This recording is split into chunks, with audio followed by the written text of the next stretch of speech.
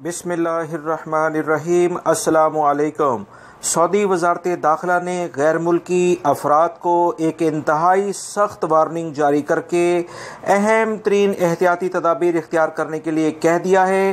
دوستو، اس ویڈیو کی تفصیلات میں شیئر کرتا ہوں آپ سے، کیونکہ میں چاہتا ہوں کہ غیر ملکی افراد ڈیپورٹ ہونے سے بچ جائیں۔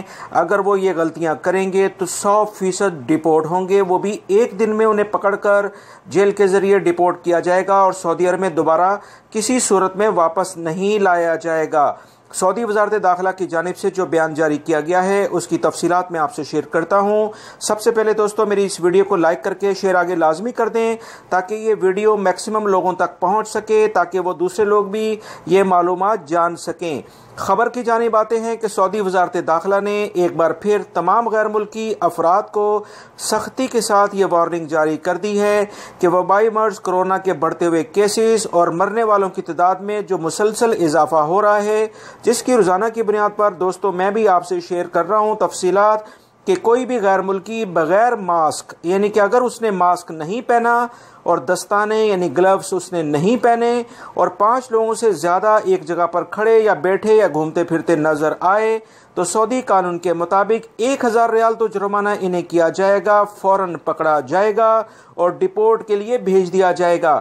اس کے علاوہ وہ سعودیہ میں کبھی بھی نہیں آ سکتا ہے۔ لائف ٹائم ہر قسم کے ویزے پر اسے پابندی کا سامنا کرنا پڑے گا۔ دمام میں مسجد میں ایک شخص میں وبائی مرض کی تشخیص ہوئی ہے، اس مسجد کو نمازیوں کے لیے بند کر دیا گیا ہے۔